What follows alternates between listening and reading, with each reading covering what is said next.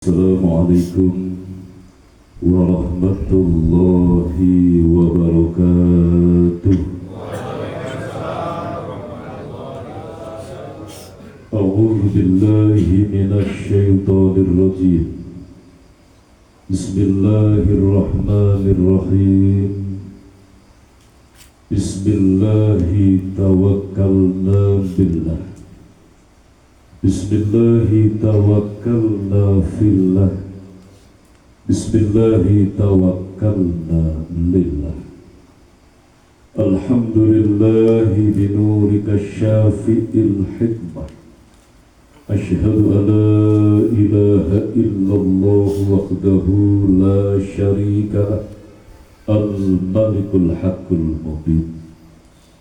Wa ashhadu anna Muhammadan abduhu wa rasuluhu la nabiyya ba'dah shadiqul wa'dil amin.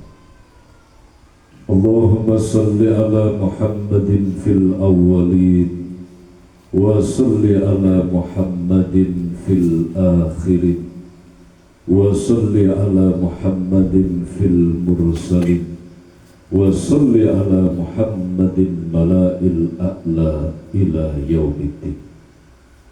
Faqala Allah ta'ala fi kitabihil karim wa huwa asdaqul qa'ilin. Bismillahirrahmanirrahim. Ala bi dzikrillahi tatma'innul qulub. Al-ayah. Yahdikumullah kalamullah la ilaha illallah Muhammadur Rasulullah. Ya sayyidil barakah, ya imamil karamah, amma ba'du.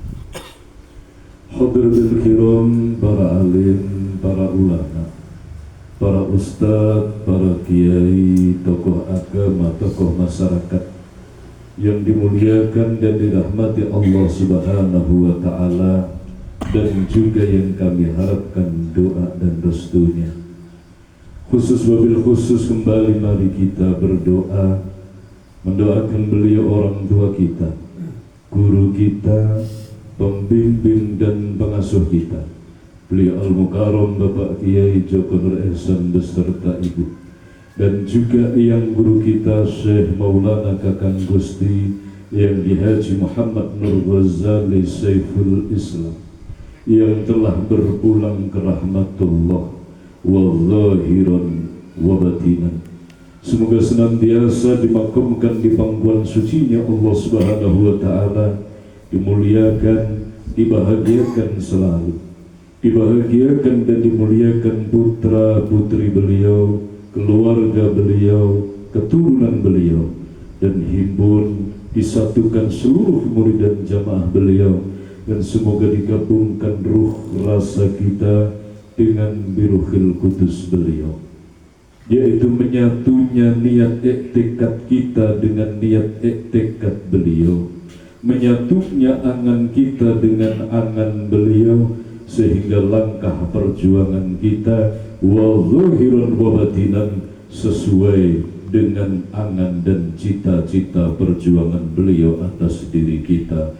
Hidup dan mati menghamba hanya kepada Allah, membawa pribadi, keluarga dan masyarakat menuju ridha Allah Subhanahu wa ta'ala. Amin Allahumma amin. Al-Fatihah. A'udzu billahi minasy syaithanir rajim. Bismillahirrahmanirrahim. Alhamdulillahi rabbil alamin arrahmanir rahim maliki yaumiddin. Iyyaka na'budu wa iyyaka nasta'in ihdinas siratal mustaqim siratal ladzina an'amta 'alaihim ghairil maghdubi 'alaihim waladdallin.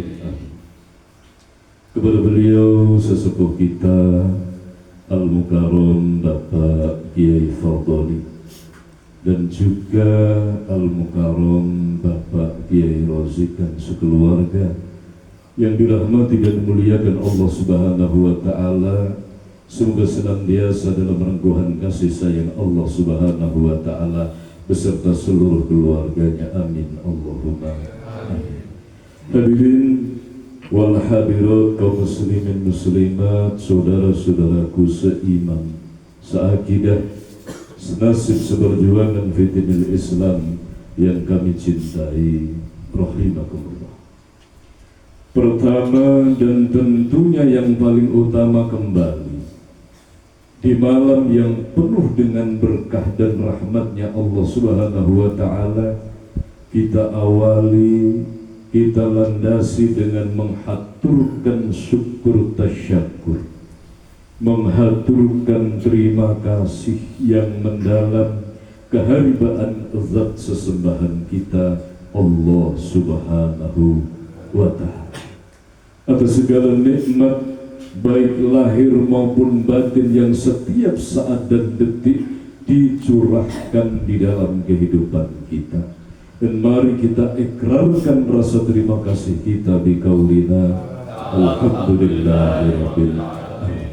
Semoga kita dan keluarga kita termasuk golongan hamba-hamba Allah yang ahli bersyukur. Amin Allahumma amin. Selawat beserta salam mari kita sanjungkan keharibaan baginda Rasul Muhammad sallallahu alaihi wasallam, kesanggupan dohir dan batin kita untuk mengikuti jejak Rasulullah, mengikuti tuntunan Rasulullah Muhammad sallallahu alaihi wasallam, kesanggupan dan keikhlasan kita untuk istiqomah berjuang di dalam siratnya Rasulullah, siratul mustaqim.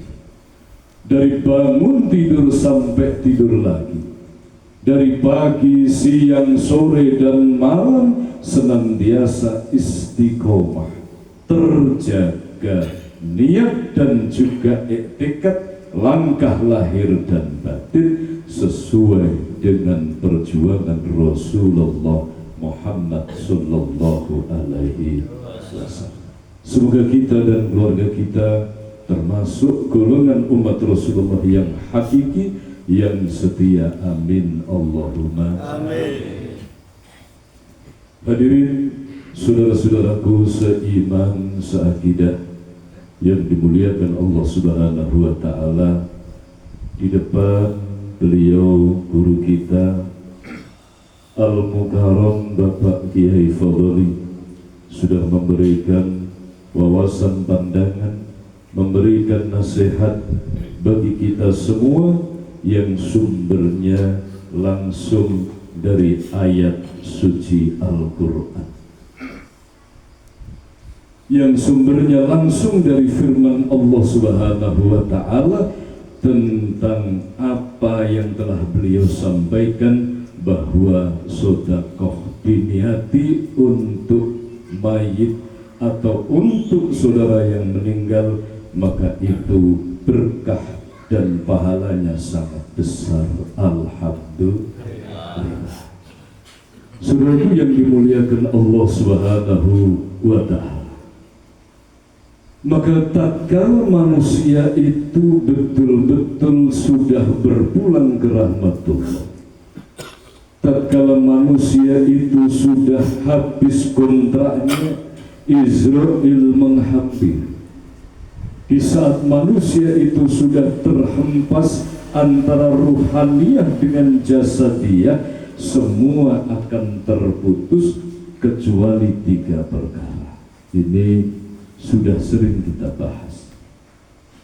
Harapan bagi manusia yang telah meninggal, harapan bagi manusia yang sudah berpisah ruh dan jasadnya, harapan bagi manusia yang sudah betul-betul mengalami kematian, hanyalah ada 3 perkara yang tidak putus. Semuanya putus, tetapi yang 3 ini tidak putus. Alhamdulillah. Apa yang 3 ini? Sebagaimana sabda Rasulullah Muhammad sallallahu alaihi wasallam, "Idza mata ibnu Adam inqadha amaluhu illa bisalasi, shadaqatin jariyatin aw ilmu yuntafa'u bi, aw waladin soleh yad'ulah." Maka tatkala anak cucu Adam atau tatkala manusia itu sudah mengalami kematian, semuanya putus kecuali 3 perkara. Sabda Rasulullah, sedekahun jariyatin, sedekah jariyah, sedekah yang pahalanya mengalir, bersedekah tatkala sedekah ini masih ada kemanfaatan, masih terpakai untuk sesuatu yang manfaat, jariyah tidak akan pernah putus, tetap mengalir walaupun dia sudah mati, tetapi sedekahnya masih ada manfaatnya, dipakai oleh manusia yang masih hidup, maka tetap mendapatkan pahala. Sedekah zahir dan juga batin. Yang kedua adalah ilmu yang manfaat. Ilmu yang manfaat ini walaupun manusia sudah meninggal, sudah mati, tetapi ilmu yang pernah disampaikan, ilmu yang pernah ditularkan, tatkala ini ada manfaatnya, dipakai untuk kemanfaatan bagi yang diberikan atau ditularkan ilmu, kemudian disampaikan terus menerus, maka walaupun kita seandainya yang menyampaikan sudah meninggal, tetap mendapatkan pahala.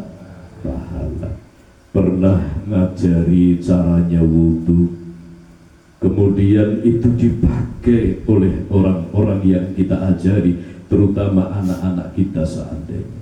Selama ilmu wudhu yang kita sampaikan ini dipakai, ilmu sholat yang kita sampaikan, tata caranya, bacaannya, sehingga dia bisa mengerjakan sholat, ditularkan kepada keluarganya, kepada anaknya, maka ini kita mendapatkan pahala. Saudaraku yang dimuliakan Allah, ada saudara kita yang tidak mengenal atau belum mengenal bagaimana cara menjalani hidup yang benar, belum tahu bagaimana cara mendekatkan diri kepada Allah, belum tahu bagaimana cara berzikir yang benar. Kemudian kita sampaikan apa yang telah diberikan oleh guru kita, oleh baginda Rasul Muhammad SAW tentang niat dan i'tikad hidup yang benar, dipakai, diamalkan, ditularkan kepada keluarganya dan putra-putrinya. Terus selama ini masih dipakai, diamalkan, walaupun sudah meninggal, kita tetap mendapatkan pahala. Dan yang ketiga adalah walaupun soleh yad'ulah, anak yang soleh yang senantiasa mendoakan. Saudaraku yang dimuliakan Allah, walaupun kita sudah meninggal, tetapi anak-anak kita menjadi anak yang soleh dan solehah. Anak-anak kita mendoakan kita secara syariat, mendoakan kita, memohonkan ampun atas dosa kita yang sudah meninggal, maka itu akan mengalir pahalanya kepada kita.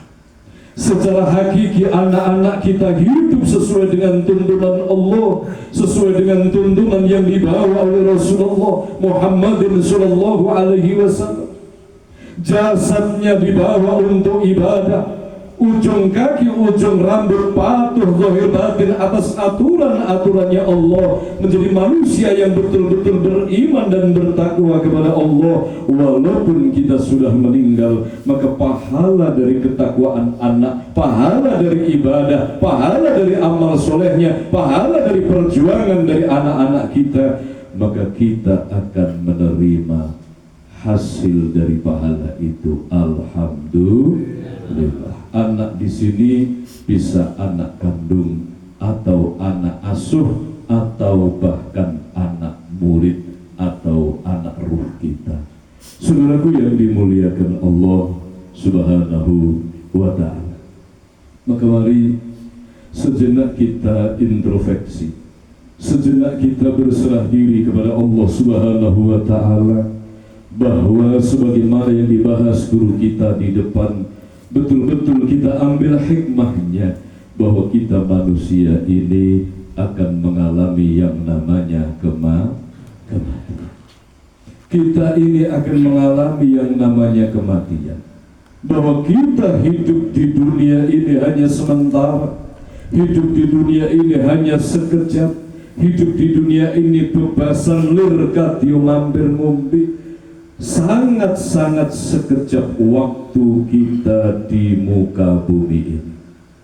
Maka tatkala Israel sudah hadir, tatkala roh ini sudah lepas, kita sudah pindah ke alam, dari alam dunia menuju alam barzah atau alam kubur.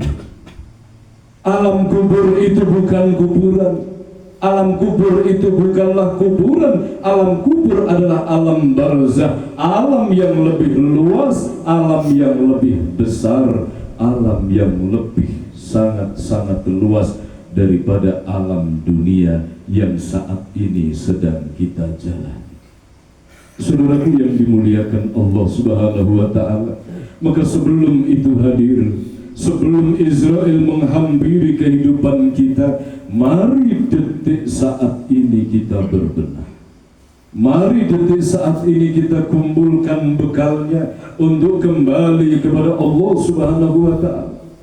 Kumpulkan bekalnya untuk kita kembali ke hadirat Allah, sebab alamat kita yang hakiki, kita adalah dari Allah dan harus mampu kembali kepada Allah Subhanahu wa ta'ala. Maka yang pertama, tatkala kita betul-betul sudah ikhlas, betul-betul sudah ridho menerima Allah sebagai Rabb kita, menerima Rasulullah sebagai tuntunan panutan kita, menerima Islam sebagai agama kita, dan Al-Quran sebagai pedoman hidup dan mati kita, maka harus ikhlas, tunduk merunduk di dalam aturan-aturan yang dibawa oleh Rasulullah. Kita betul-betul berbesar hati menerima kebesaran Allah, ikhlas untuk menerima Islam sebagai agama kita, sebagaimana ikrar yang kita sampaikan setiap saat dan detik. Raditu billah, aku ridho ya Allah, Engkau sebagai Tuhanku. Aku ridho ya Allah, Islam sebagai agamaku. Aku ridho baginda Rasul sebagai panutanku. Aku ridho Al-Quran sebagai pedoman hidupku. Al-Quran hakama, Al-Quran imama. Tentunya tidak hanya dalam ucapan. Ini adalah ikrar. Ini adalah ikrar kita yang harus kita buktikan, harus kita wujudkan. Tidak hanya ikrar kosong tanpa wujud, harus kita wujudkan di dalam kenyataan bagaimana hidup ini betul-betul tunduk di dalam aturan-aturannya Allah Subhanahu wa ta'ala. Sebagaimana di depan sudah disampaikan guru kita, hati-hati di saat menerima wasiat dari orang yang sudah meninggal. Wasiat dari orang tua, terutama wasiat dari kedua orang tua kita, wasiat daripada sesepuh dan saudara-saudara kita, sebelum meninggal menitipkan wasiat, apalagi wasiat dari guru kita. Ini hati-hati. Setiap pribadi akan menerima wasiat. Setiap pribadi, khususnya antara hubungan murid dan guru dengan beliau Al-Mukarram Bapak Kiai Joko Nur Esa, maka tentunya kita seluruh keluarga besar At-Tadkir kalian menerima wasiatnya masing-masing. Harus dijaga, dijalankan. Kalau sampai tidak diwujudkan, akan mendapatkan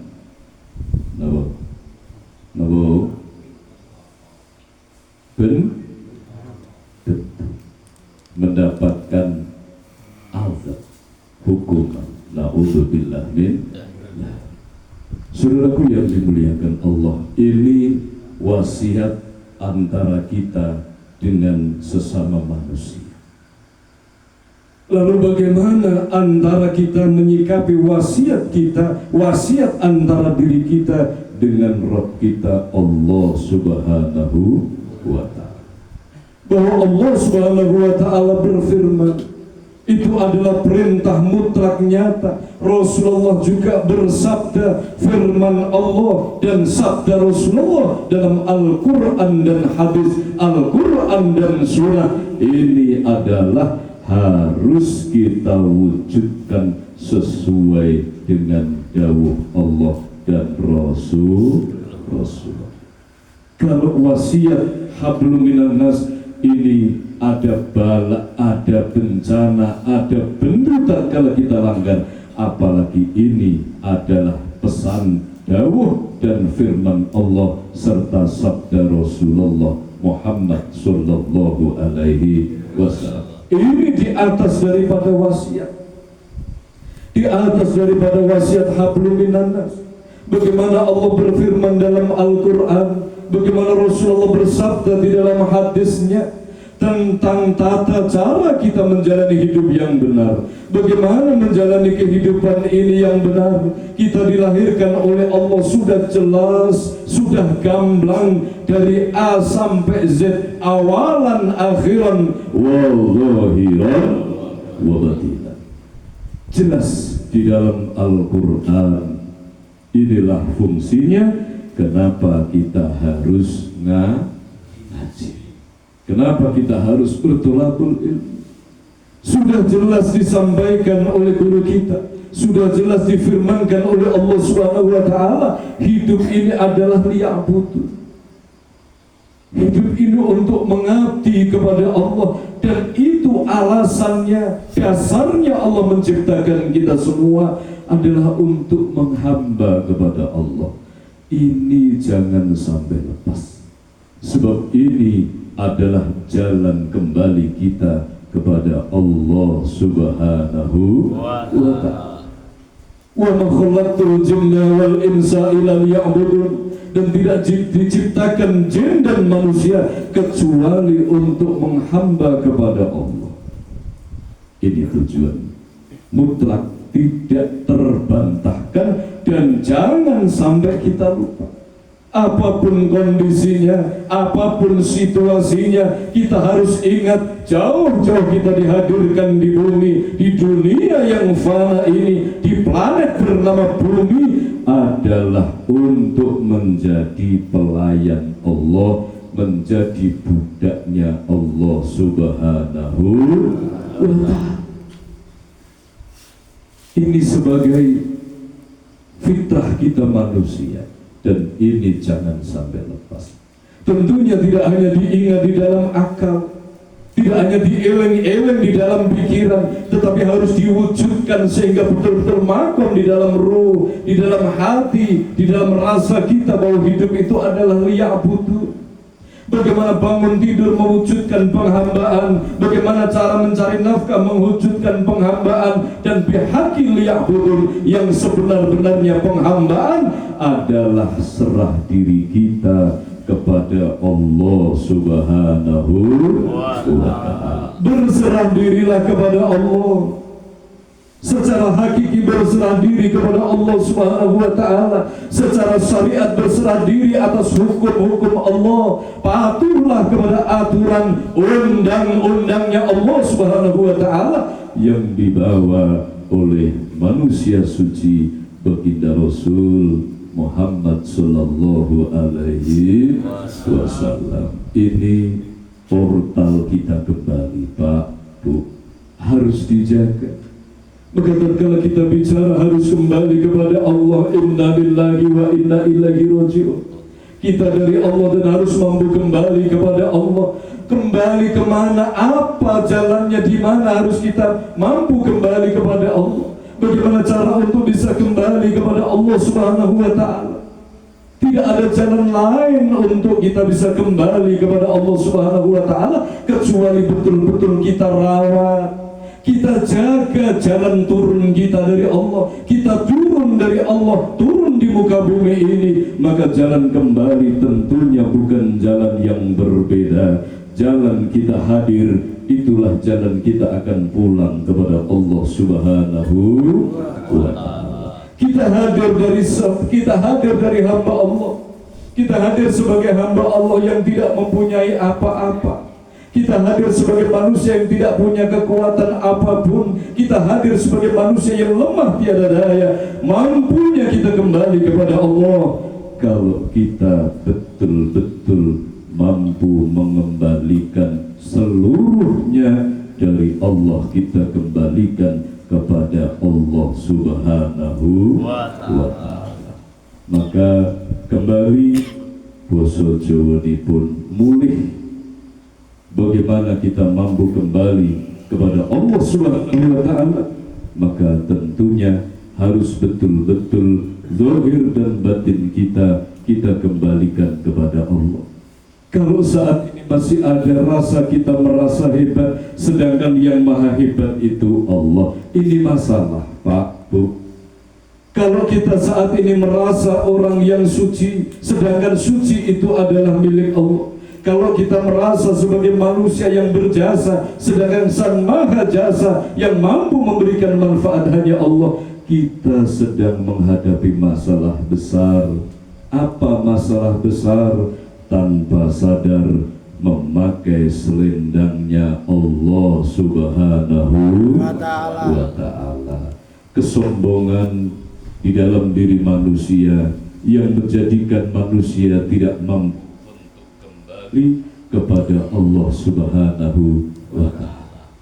Hadirin saudaraku yang dimuliakan Allah Subhanahu wa Ta'ala, maka ini tentunya yang harus bersama-sama kita perhatikan.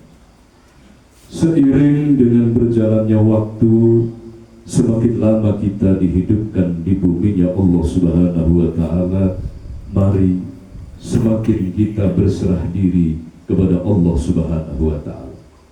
Banyak manusia yang tidak mampu kembali kepada Allah di akhir zaman, sebagaimana disabdakan oleh Rasulullah Muhammad sallallahu alaihi wasallam.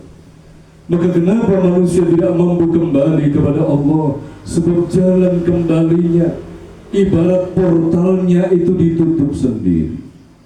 Banyak manusia yang tidak mampu kembali kepada Allah. Kenapa? Sebab jalan kembalinya telah ditinggalkan, jalan kembalinya telah ditutup, jalan kembalinya tidak dirawat, yaitu liya'budun, penghambaan kepada Allah. Tetap istiqomahlah kita sebagai hamba Allah. Tetap menyadari bahwa kita ini adalah manusia yang lemah, manusia yang bodoh, manusia yang penuh dengan dosa, manusia yang senantiasa butuh pertolongan Allah Subhanahu wa Ta'ala. Saudaraku yang dimuliakan Allah Subhanahu wa Ta'ala, sebagaimana firman Allah yang sebetulnya sudah sering kita bahas, sekedar mengingatkan. Allah berfirman, Bismillahirrahmanirrahim, Ya ayyatuhan nafsul mutmainnah, irji'i ila rabbiki radiyatan mardiyah, fadkhuli fi ibadi wadkhuli jannati. Ya ayyatuhan nafsul mutmainnah, wahai jiwa-jiwa yang tenang, kembalilah engkau ke haribaan Tuhanmu dengan ridho dan diridhoi. Masuklah dalam golongan hambaku dan masuklah di dalam surgaku, firman Allah. Yang pertama adalah ya ayyatuhan nafsul mutmainnah, wahai jiwa-jiwa yang tenang. Maka wajib bagi kita untuk berjuang menjaga ketenangan dalam diri kita, ketenangan dalam hati kita, ketenangan dalam zahir dan batin kita. Bagaimana cara meraih ketenangan? Ala bi dzikrillahi tatma'innul qulub. Dengan mengingat Allah. Dengan kita mengingat Allah, apa yang kita ingat dari Allah, kita ingat keagungannya, kita ingat kebesarannya, kita ingat bahwa Allah itu adalah Rabb kita yang maha dikdaya dan perkasa, dan kita harus ingat bahwa kita ini manusia yang lemah.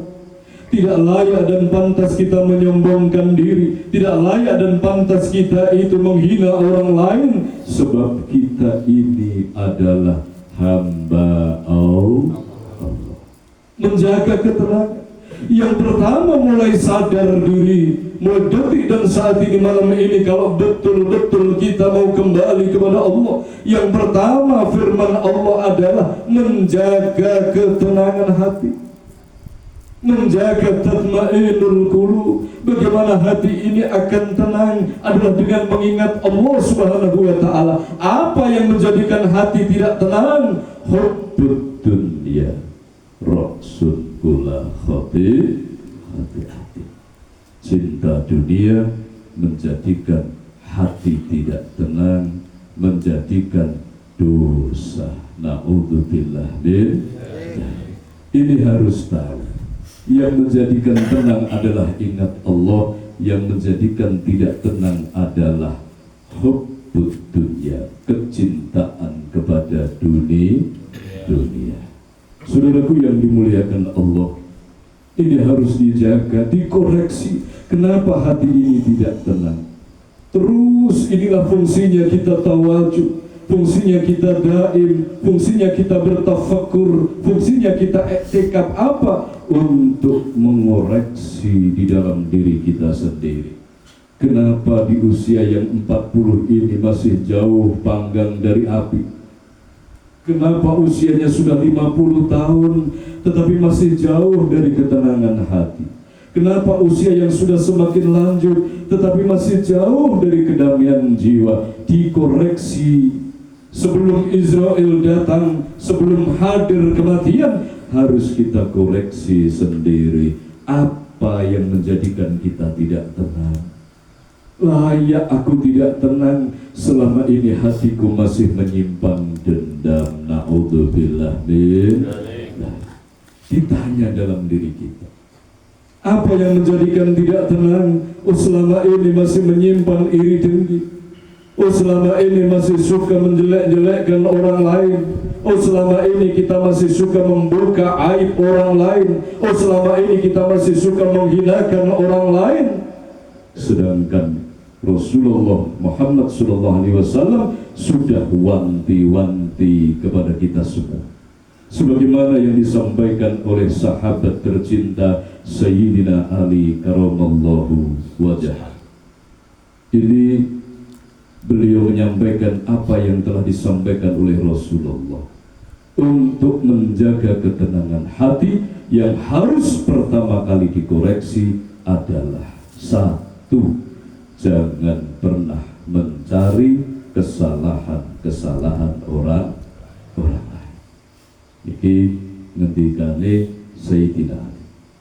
Jangan suka mencari, jangan gemar mencari kesalahan orang lain, sebab kesalahan kita ini masih banyak yang harus dicari. Maka orang yang suka biasa mencari-cari kesalahan orang lain, dia akan tajam dalam menemukan kesalahan orang lain. Resikonya dia akan tumpul dalam menyaksikan kesalahannya sendiri. Jadi hati-hati Pak, Bu. Ngantuk? Ibu-ibu pun ngantuk? Jelas betul ini, Bu? Jelas? Alhamdulillah. Saudaraku yang dimuliakan Allah, ini yang pertama. Orang yang suka mencari-cari kejelekan kesalahan orang lain, dia akan kesulitan mencari kesalahannya sendiri. Kalau sudah kesulitan mencari kesalahannya sendiri, walaupun dia salah, maka dia tidak menyadarinya. Na'udzubillah min.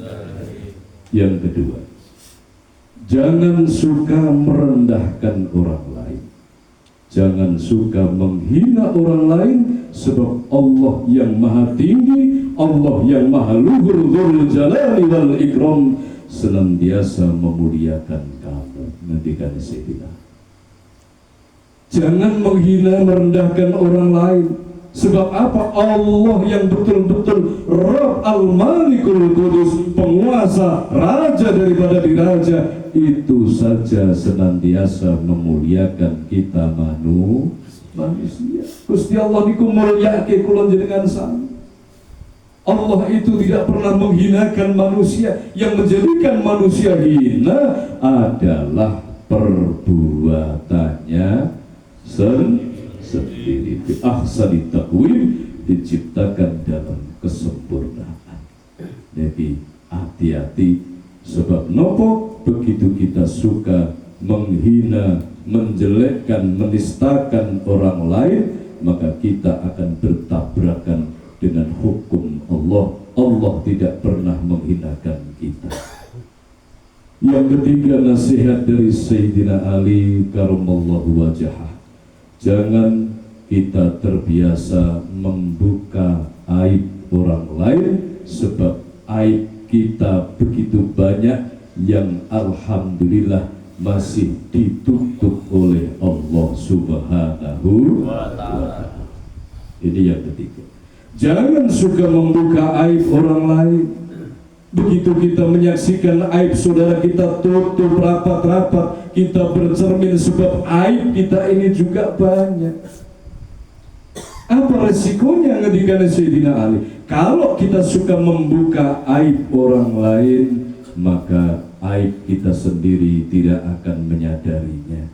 Akhirnya menjadi pribadi yang sombong. Na'udzubillah min dzalik. Begitu kita menyaksikan aib orang lain, berlindunglah kepada Allah Subhanahu wa Ta'ala. Tutupi, jangan pernah kita buka-buka aib orang, sebab aib kita masih banyak sebetulnya yang ditutup oleh Allah Subhanahu wa Ta'ala. Inilah beberapa nasihat dari Sayyidina Ali karamallahu wajhah untuk membantu kita, untuk metode kita bersama menemukan yang namanya ketenangan hati.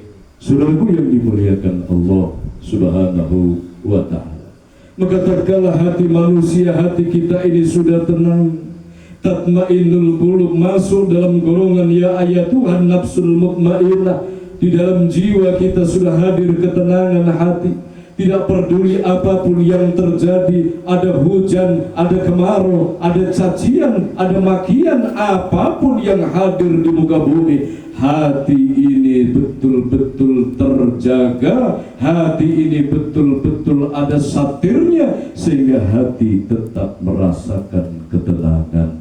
Inilah manusia yang dipanggil oleh Allah Subhanahu wa Ta'ala. Manusia yang dipanggil oleh Allah, modal yang pertama adalah tenang dulu. Sebab panggilan langit, panggilan Allah itu adalah wahai jiwa-jiwa yang tenang.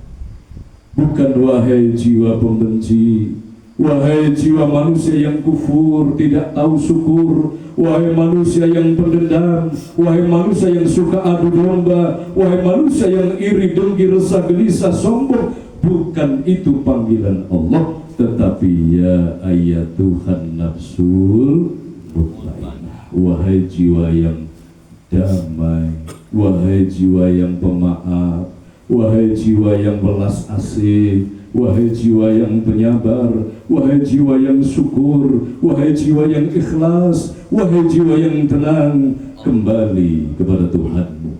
Radiyatan mardiyah, dengan ridho dan ridhoi. Hanya jiwa yang tenang yang mampu ridho untuk menerima beban hidup, menjalankan perintah, menjauhi larangan Allah Subhanahu wa Ta'ala. Jiwa yang perongsang tidak akan mampu ridho dengan perintah-perintah Allah dan dengan larangan-larangan Allah. Jiwa yang pendendam, dia akan kehilangan tenaga untuk menerima perintah dan menjauhi larangan Allah. Jiwa yang sombong, apalagi jiwa yang iri, dengki, resah, gelisah, tidak akan mampu ridho, hidupnya diatur Gusti Allah, akan berontak. Kenapa berontak? Sebab di dalam hatinya sudah diduduki oleh hawa nafsu, tidak mampu. Saudaraku yang dimuliakan Allah, hanya jiwa tenang, jiwa yang tenang yang mampu ridho atas perintah Allah dan yakin Allah akan meridhoi jiwa-jiwa yang ridho kepada Allah dan akan diundang masuk dalam golongan hamba Allah dan di dalam surganya Allah Subhanahu wa Ta'ala. Jalan kembali kepada Allah adalah yang pertama, menjaga liya'budun, penghambaan kita dengan menjaga ketenangan hati, ridho kepada Allah Subhanahu wa Ta'ala, maka akan diridhoi dan dimasukkan dalam golongan hamba Allah dan surganya Allah. Semoga kita termasuk golongan hamba-hamba Allah yang dipanggil, yaitu yang betul-betul jiwanya tenang, radiyatan mardiyah. Amin. Allahumma amin. Al-Fatihah.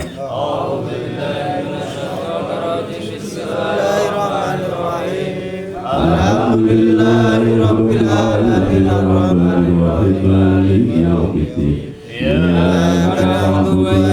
ربنا اهدنا الصراط المستقيم صراط الذين أنعمت عليهم غير المغضوب عليهم ولا الضالين.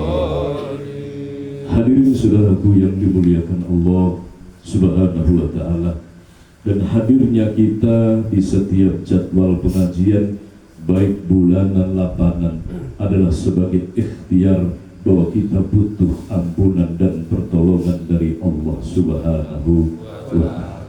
Maka tatkala kita masih ikhlas mau untuk ngaji, maka di situ ngendikane guru kula jenengan sami, kita masih dihukumi latihan sehingga tatkala salah masih mudah diampuni oleh Allah Subhanahu wa Ta'ala. Tapi kalau kita sudah tidak ngaji, tidak mau ngaji, ngendikane guru kula jenengan sami, itu sudah dihukumi sungguh-sungguh dalam menjalani hidup, sehingga tatkala kalau salah akan dihukumi salah. Ini maka mari kita tetap ngaji, bertolabul ilmi sampai akhir hayat kita. Semoga senantiasa di dalam bimbingan dan perlindungan Allah. Amin Allahumma amin. Saudaraku rahimakumullah, maka mari kita lanjutkan dengan sholat.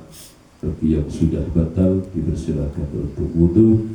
Sambil menunggu saudara kita wudu, mari kita istighosah terlebih dahulu.